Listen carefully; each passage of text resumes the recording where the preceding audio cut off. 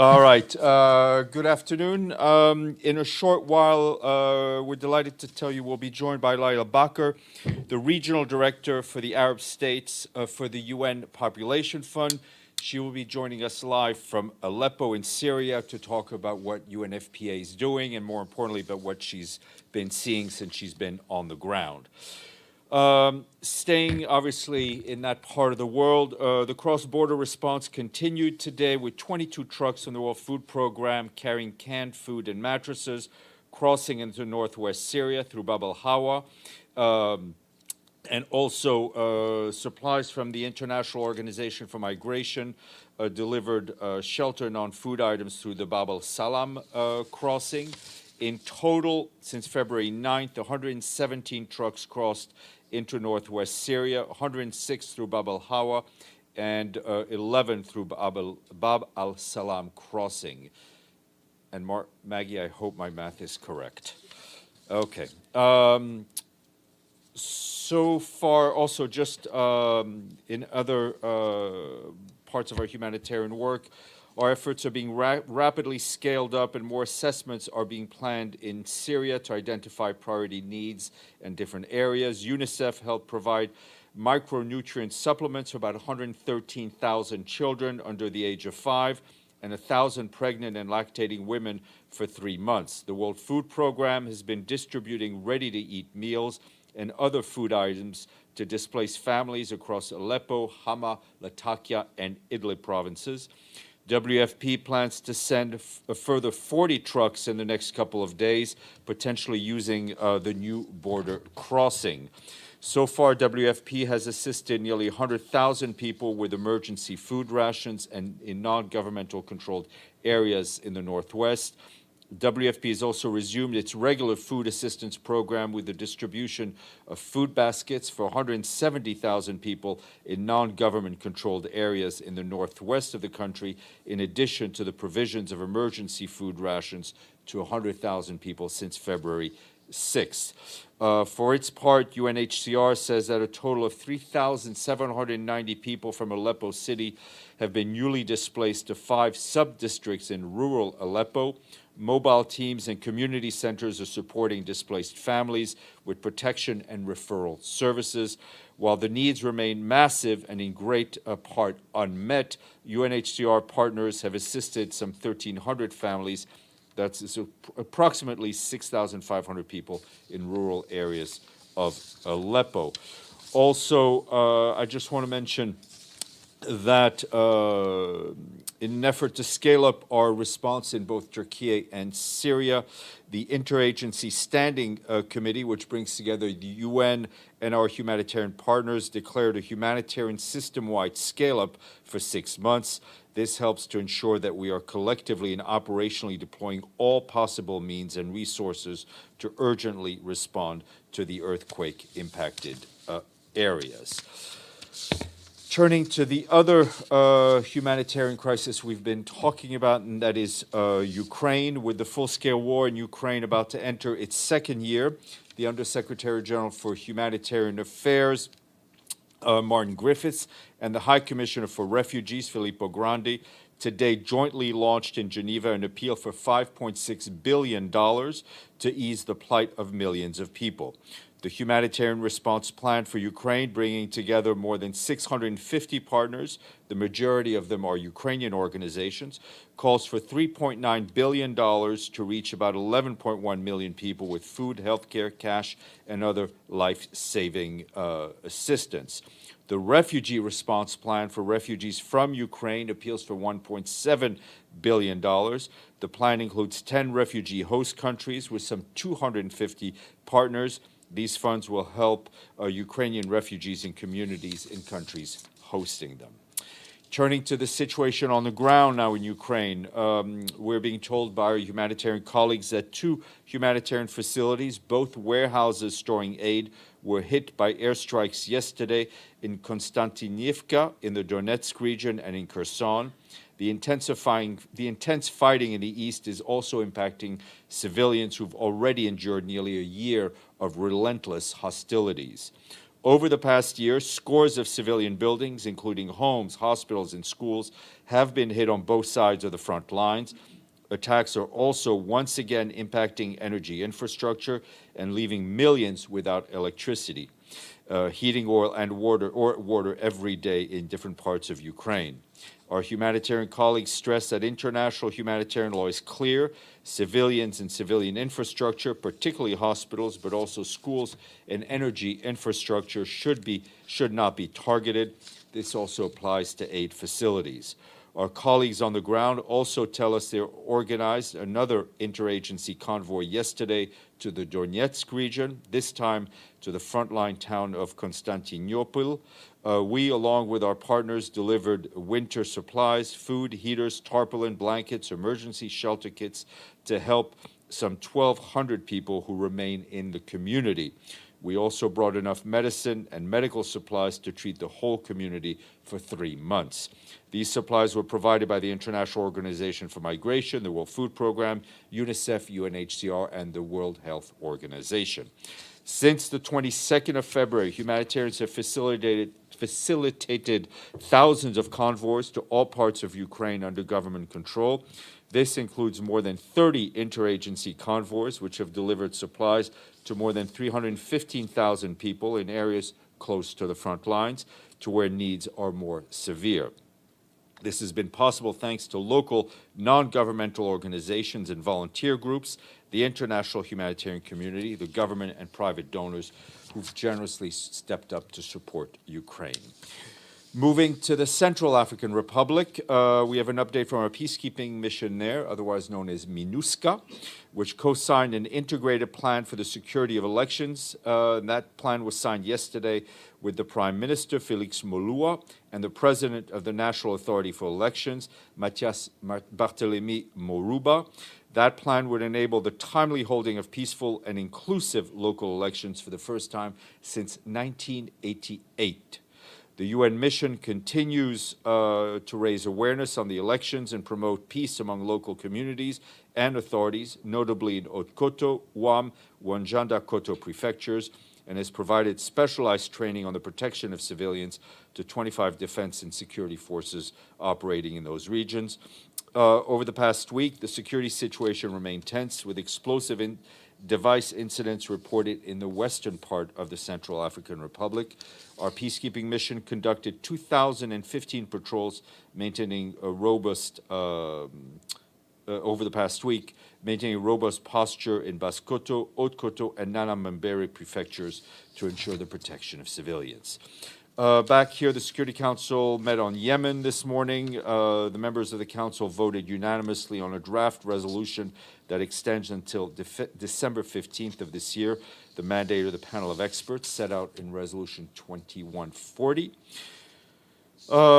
Just a note from the World Food Programme, they tell us they're preparing to support 490,000 people in Burkina Faso, the Gambia, and Mali who've been impacted by the drought this last year. The support will enable them to buy food or supplement their incomes to avoid having to sell their assets. Assistance will include nutritional support for children aged 6 to 23 months, pregnant and nursing women. This climate insurance enables communities to recover from loss and damage, preventing them from being pushed into hunger. Some good news today on the financial front. We thank our friends in Havana. Exactly. Addis Ababa. Excellent. And Berlin. All right. And Bandar Seri Begawan. Brunei Dar es Salaam. There we go. If I teach you something, it's a good day. Full payments from all four countries bring us up to 51. And a reminder to those member states who may be paying attention to this briefing that monies received at our bank by close of business tomorrow will be acknowledged in the honor roll note on Friday, but not to worry. If they do miss the deadline, we will happily take their money and flag it every day that we receive it. Edie. Thank you, Steph. You mentioned aid going through Bab al-Hawa and Bab al-Salam, but not going through the third point, al-Ri. Is there some holdup with No, I getting mean, aid? we're just continuing to do our assessment of the site, and as I mentioned, WFP hopes to be using that crossing extremely soon. And secondly, with the announcement today of the well over billions of Yeah. dollars needed for Ukraine, will there be a donors conference on Ukraine sometime in the near future? And also, will there be one for the quake victims in Syria and Turkey? Well, I mean, for Syria, we launched the appeal yesterday. We hope to launch the appeal for Turkey very soon. I assume there will be at some point some sort of more of a structured event, and I'm happy to report that the Syria emergency appeal has already received $19 million, and the monies, as we do with all of these appeals, are posted almost in real time on the OCHA website, so you can track the money. Deji and then Maggie. I also have a question on the pledge. For Syria, it's 397 million. For last year, Pakistan flood, 816 million. And for Ukraine, 5.6 billion. And then we yet still have Turkey. I mean, when we talk about this, people might have the fatigue of this appeal. Like, how optimistic is the UN to receive this donation? Well, Because I mean, they are huge I numbers. understand what you're trying to say by fatigue, but let's be clear. There is a lot of money needed because there are a lot of disasters. Some man-made, some made by Mother Nature. Some provoked by climate change as well, which is, one could say, a combination of both.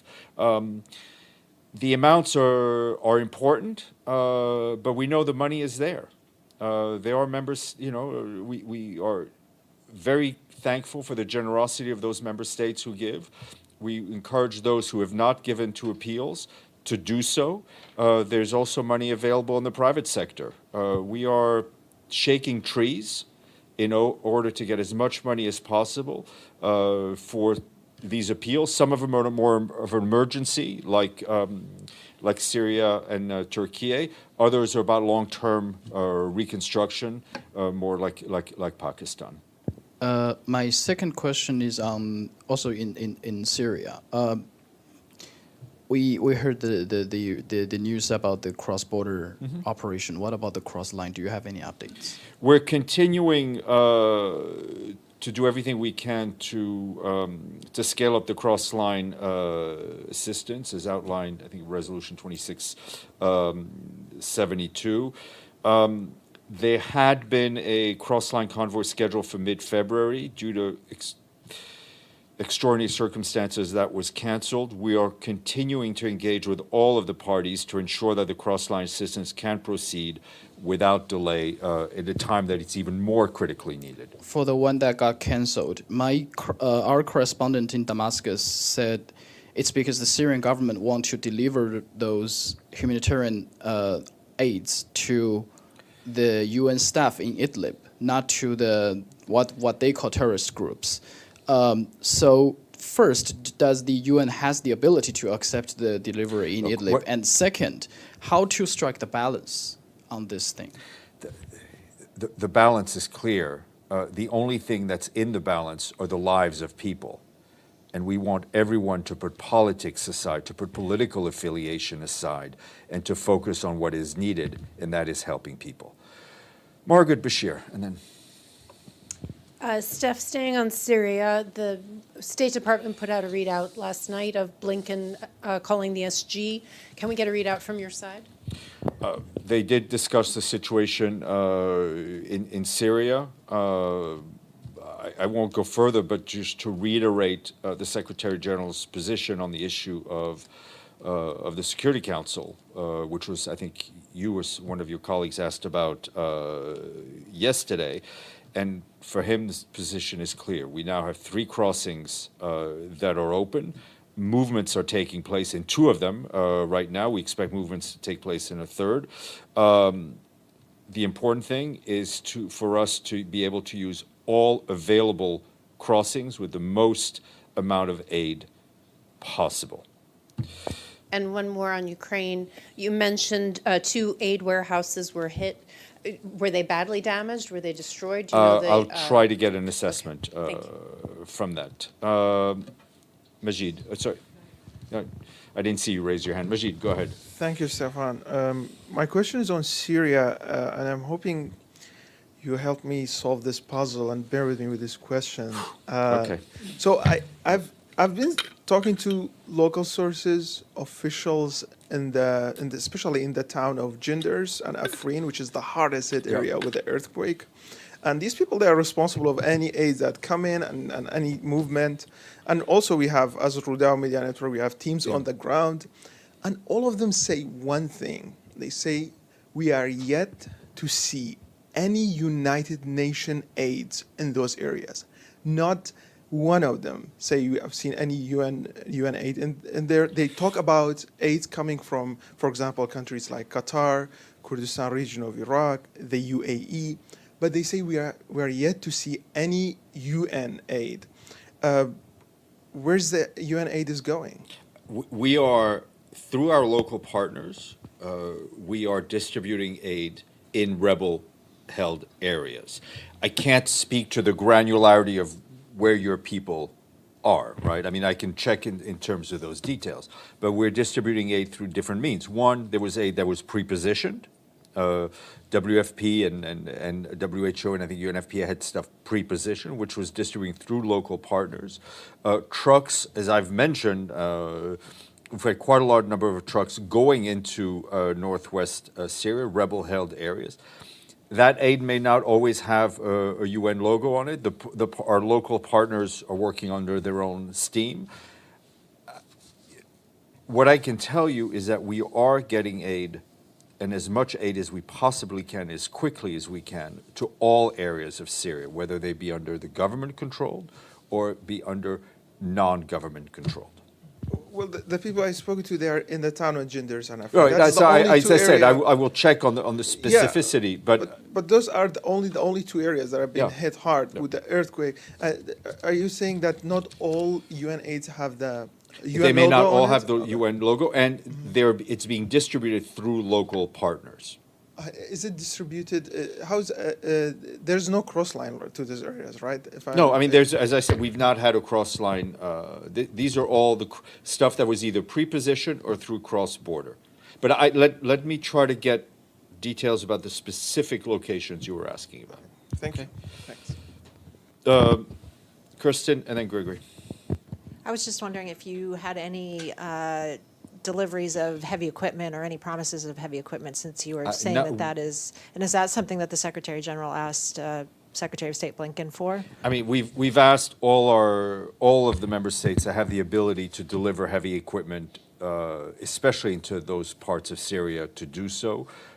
We do not have access to it. It's not stuff that we are moving through UN agencies, but not everything has to come through us, right? And we know there were, I think, 9 border crossings between the 2 countries.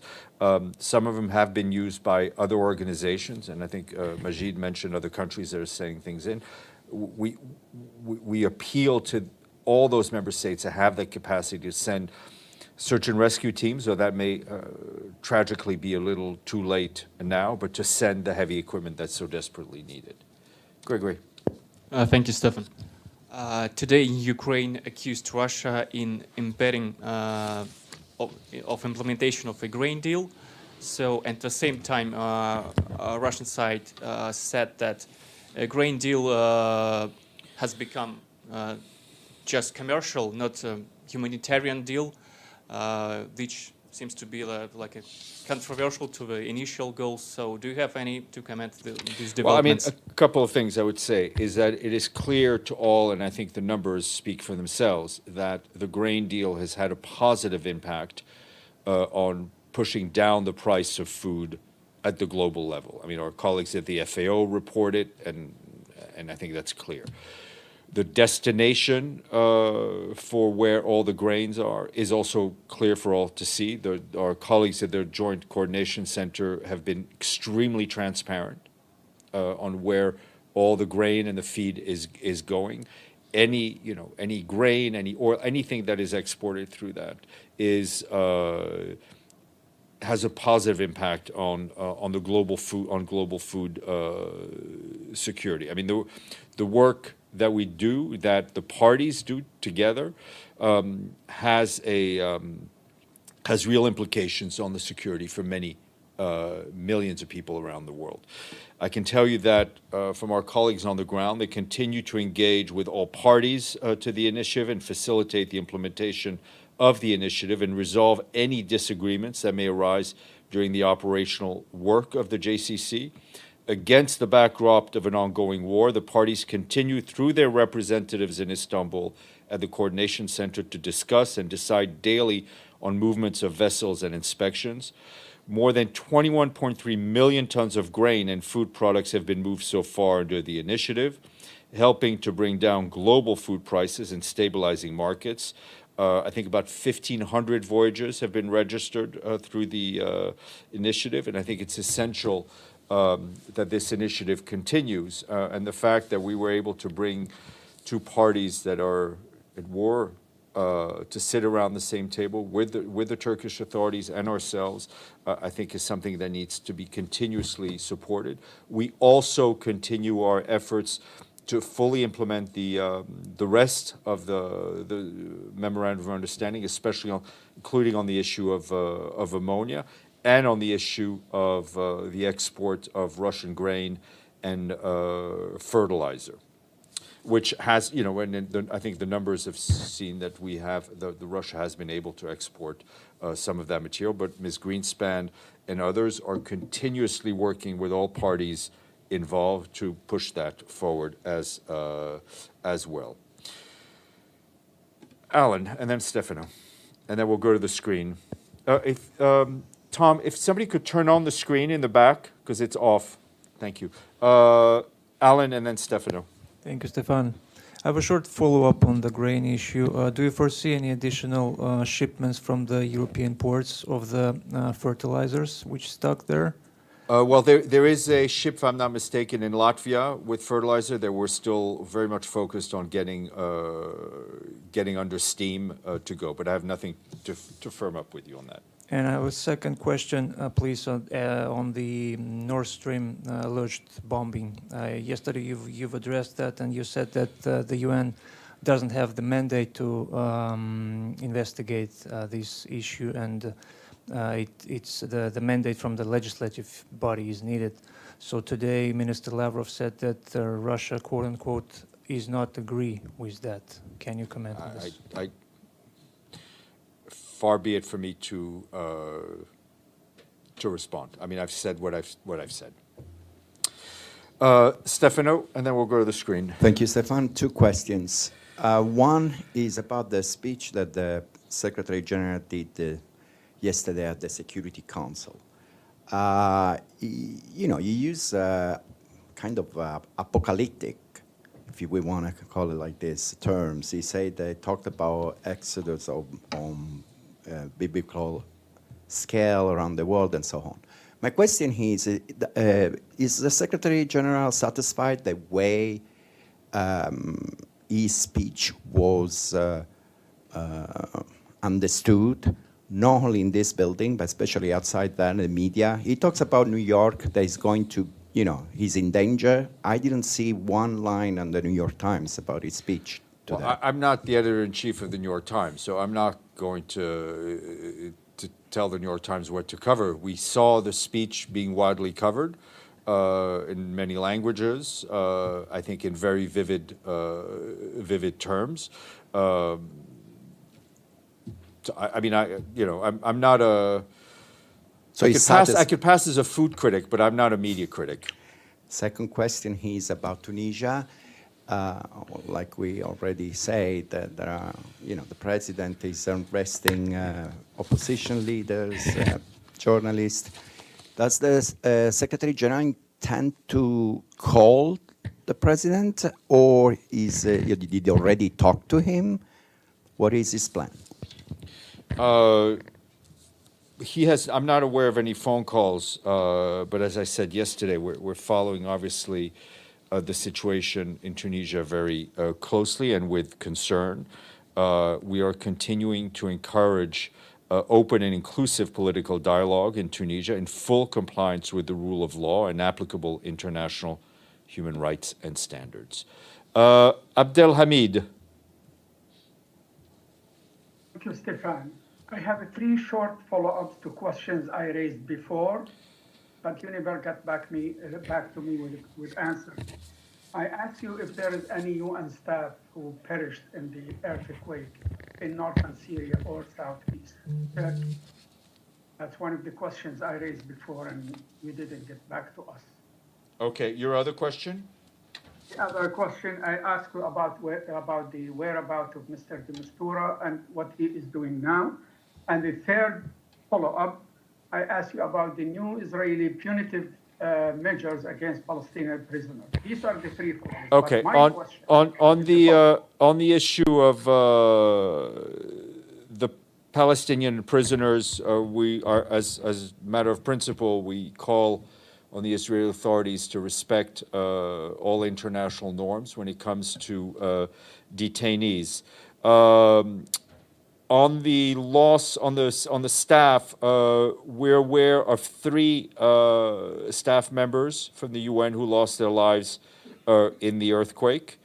And on Mr. de Mistura, I have nothing to share with you at this point, but as soon as I do, I will not hold on to it, but I will share it with you. Now, my question. What was that before? For today. Oh, follow-ups. Okay. These are follow-ups. Go ahead. Previous question. Go ahead. My question today, Israeli Knesset today passed a new law, 94 voted for, 10 against, to confiscate citizenship from Palestinians who live inside Israel if they commit what they call a terrorist act against the state. The Palestinian Foreign Ministry described this law as entrenching more and more into apartheid state. Do you have any thoughts on that? Yeah, I mean, well, I saw the press reports with concern just before coming in. We spoke to our colleagues on the ground who are taking a look at it, and we will revert with some answers to that question, hopefully today. Thank you. Iftikhar, and then I'll come back to you, Maggie. Iftikhar? Thank you, Steph. Any comments on the continuing raids by Indian authorities on BBC offices in New Delhi and Bombay in response to a critical documentary critical of Prime Minister Narendra Modi aired by the British broadcaster? No, I've seen that, but I don't have any comment for you at this time. Maggie? Steph, sorry to hear about the loss of the Thank you. UN staff. Very sorry. Could you just be a little more specific? Were they all in Turkey? They were in Turkey, as far as I know. They were